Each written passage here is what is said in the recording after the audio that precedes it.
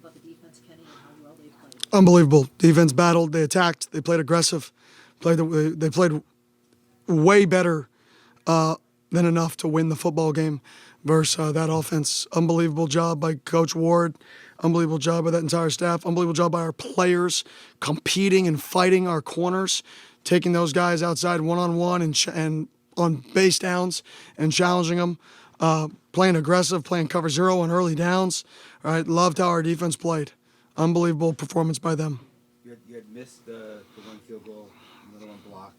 Were those factors in the decision to go for it? When you talked about the kick six? Yeah, we were down 2 linemen, and we went in saying if we lost 2 more linemen, we couldn't kick field goals. So 1 lineman was risky. We knew it. So when we kicked the 1 field goal, getting into the depth of the O-line, we were a little concerned, and then that one got blocked. And then we lost another O-lineman. Cade was out for a little while, so it was a no-go that we couldn't kick it. So it was 100% a go. And, it's a motion play. We know they're going to play man. We know they're going to spin the back end. So we're trying to motion the guy across, get him to spin the back end, get the guy to go over top, and then bang it back underneath. It was loud in there. Credit to their stadium. It was loud. We snapped the ball. The indicator in the snap was way too late, so it got the guy almost outside of the rub runner pre-snap. So pretty much it's a horrible play at that point. You're just running a delayed in route versus catch man, right? We're trying to get the guy to go out, get the guy to go over top, and then bring him back in. We got exactly what we wanted, but I just said it on the radio, but right now we're trying to find different ways to lose football games. We're playing good enough football to win. We're finding different ways to lose, and that was another way we found to lose tonight, and it's really, really unfortunate. What about the rest of the offensive performance from Washington turn the ball over 4 times? Yeah, I thought we moved the ball, to be honest. We only had 2 3-and-outs versus a pretty good defense. I think 350 yards, not ideal, but where we are personnel-wise, I thought we ran the ball well. It was a positive. I thought some of the misdirections runs were good. I thought getting DeCarlos back was good for Scat as a good mix-up. But at the end of the day, we didn't win. We knew if they lined up and played man that we were going to have chance at 50-50 balls to get those explosive plays, and we just didn't have those. We didn't get those wins, so I got to find better ways to get our guys opportunities to get the ball downfield, because I think we only had 2 explosive passes, maybe 1 explosive pass in the football game. Could have been a walk-off, but we got to get more explosive passes. I got to do a better job mixing that in, but I thought our O-line played pretty well.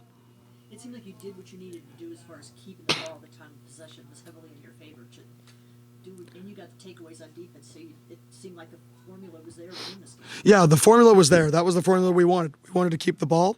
We wanted to run the football. We wanted to run perimeter runs. We wanted to throw a really quick passing game and not take negatives, which we did throughout the game. We wanted to use that to keep possession of the ball. The difference is we missed 2 field goals, right? If you have 13 points there at the end, it's a different football game. We didn't convert on 2 of the 4th downs in the plus territory because we weren't making field goals. When we were aggressive on them, both of those would have been field goal scenarios. Jalen Conyers earlier would have been a field goal scenario as well. We would have kicked both of those, but we just weren't in a personnel position to kick those, to be honest. And I wasn't going to go put somebody out there that is going to struggle in that scenario. I'm going to play to try to win it. So those 2 plays in the game, those 2 4th downs, and then missing 2 field goals, that's 4 times you get inside enemy territory, inside the 25-yard line, and have 0 points. Even if you kick 4 field goals in that scenario, you have 12 more points, and you win the football game. So we got to clean up and get more consistent on field goal. We got to, I don't know if there's big bodies at ASU who just go there that want to play field goal for us. If you weigh 330 pounds, and I mean it, reach out to our team, 320 pounds, reach out to our team, because we need big bodies to put in there on field goal, and we're down a lot of them. And that's going to come back to bite us if we, have to play without, a successful field goal unit. So that was those scenarios. What were the ingredients that led to that defensive performance being what it was? We work. We work and we believe. I say it all the time. People probably think I'm a little crazy. We take the field. Every time I take the field, do anything competitive, I expect to win. And people will, do you really expect to win or do you hope? No, I expect to win. I hate losing. This is so frustrating because we could have won the last 4 football games. Our guys are playing solid to good football. but we're finding different ways to lose, and I got to remove that. We can't keep losing games in different ways. We eventually got to get over the hump. We eventually got to make a play. We eventually got to catch that fourth down. We eventually got to send a perfect motion versus the look, and the safety goes over top and bang it for a first down. We eventually got to make those plays in those critical moments of the football game, and I got to do a better job training those moments, because right now, like I said, it's a bingo card for how are we going to lose, even though we're playing winning football, which is very upsetting. But I will say this, I'm so proud of our guys. Our guys are battling. We're 1-6. Our guys are competing their butt off. We couldn't go to a bowl game preseason. Nobody cares about us. And our guys are showing up to work every day. They're competing every day. They're in that locker room hugging each other saying, we're going back to work. We're building the right culture here. We can see how close we are in year one through all of this, all the banged up, all the negative. We're this close. We're this close to not just being a solid team. We're this close to being the number 5 team in the country. We're this close to beating USC. We're this close to beating good football teams. This close. So we're going in the right direction. Would I like it to happen faster? Yes. I'd like it to happen much faster. But you know what? You can't control the time of when it's going to flip. But when we learn how to win, we're going to be a really, really dangerous football team. Well, the thought process on taking the delays on the one field goal and the PAT? Yeah, well, we were trying to get them to jump. They were really, really aggressive versus Oregon. So we did a lot of false cadence in the game just because those guys were getting off on the ball. So the difference in a 25-yard field goal and a 30-yard field goal is like 2% statistically on making it. So I was willing to take the risk of trying to get them to jump, get a free first down, or throw the fade in response to that, and the same thing with the extra point. So it was really just, we're so aggressive on fourth downs to begin with. Maybe we could get a team to jump off sides. They did a good job not, but I also think we prevented their ends from getting off the ball, which was a huge key to the game for us because we mixed up the cadence so much. And I thought our guys handled the noise really well until fourth down and 3 yards to go. It was the only time that our motions were wrong with timing in the entire game, and that's upsetting. Do you have any thoughts about some of the penalties? You had the one that didn't go O'Meary's way in the end zone, and then the one that was a fade that they picked up. Yeah, they threw it from the back ref, the back judge, threw it and said he grabbed him, and the side judge on our side said there was no restriction, so he overruled it. I actually thought the officials did a really nice job in the game, to be honest. They communicated well. I thought they had really good reasoning when they picked up flags. I thought they had really good reasoning throughout the game. I thought there was a Troy O'Meary home run post earlier that he got grabbed a little bit, but that's going to happen throughout the football game. But I thought they did a really nice job, to be honest. Coach, what do you have to say about Shamari Simmons' performance tonight? He's a battler, man. We got guys that are fighting. I think that's the moral of who we are is we're going to fight. We're going to go to practice. We're going to compete. We're going to fly around. We're going to have energy. And we're going to come out here and expect to win. And when you expect to win and you're a competitor, you're going to compete at the highest level every single snap. And like I told the guys all week, it's moments. It's 80 moments in the game that you got to make. 90 moments. Win your moment. And our defense won a lot of moments. On offense, we had a lot of moments that we made, a lot of moments that we busted, a lot of moments that we just didn't make in the critical moments. And that starts with me. I mean, I am calling the plays for a reason because it's me. It's on me. Every lack of success this offense has is my fault.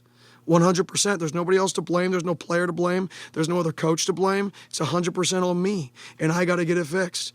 And I'm a big boy, right? That's why I took it over, is because I knew we were in a challenging situation, and it comes on me, falls back on me. So I got to do a better job. Players are competing, players are playing hard. I got to get more out of them. Obviously, moral victories kind of suck, but the way this team is playing so hard, it seems like that's evidence that they are still buying in, despite how hard these losses have been. Oh yeah, the buy-in isn't a question. You guys come out to a practice. The buy-in isn't a question. The will to compete of this team isn't a question. The will to go back to work on Monday isn't a question, right? Finding a way to win, that's what we got to figure out. But the culture that we're instilling here is the right culture. the fight that we're instilling here is the right fight. We can see it. You'd have to be blind to not see it. I mean, if it was all about wins and losses right now, right, this would be horrible. But it's about the growth. And when our guys battle the way they battled, when they compete the way they compete, there's a lot of things we got to get better at. But, man, I'm so proud of this team, proud of how we're battling, proud of how we're competing. And like I told them in the locker room, we can win every game on our schedule. Let's go back to work next week. Let's go home. And let's get a W. Immediately after the interception, was there a moment of regroup with Trenton or some of the guys on offense to just try to get back on track? There was. I mean, that's hard. You know, the next drive, you look what happened. You know, two mistakes on the next drive showed up just because, you know, we kind of lost our focus there. So I got to do a better job getting those guys back calm after a scenario like that. But that's a big emotional swing. You know, that takes a very, very veteran-led team, to be honest, a very, very, very deep culture to respond at a really high level after something like that. And I got to go over there more, and I got to be more involved culturally, you know, in that moment to try to get those guys back and really give them a plan for what the next drive was, so we could go and respond, which we didn't on that second drive, or that drive after it.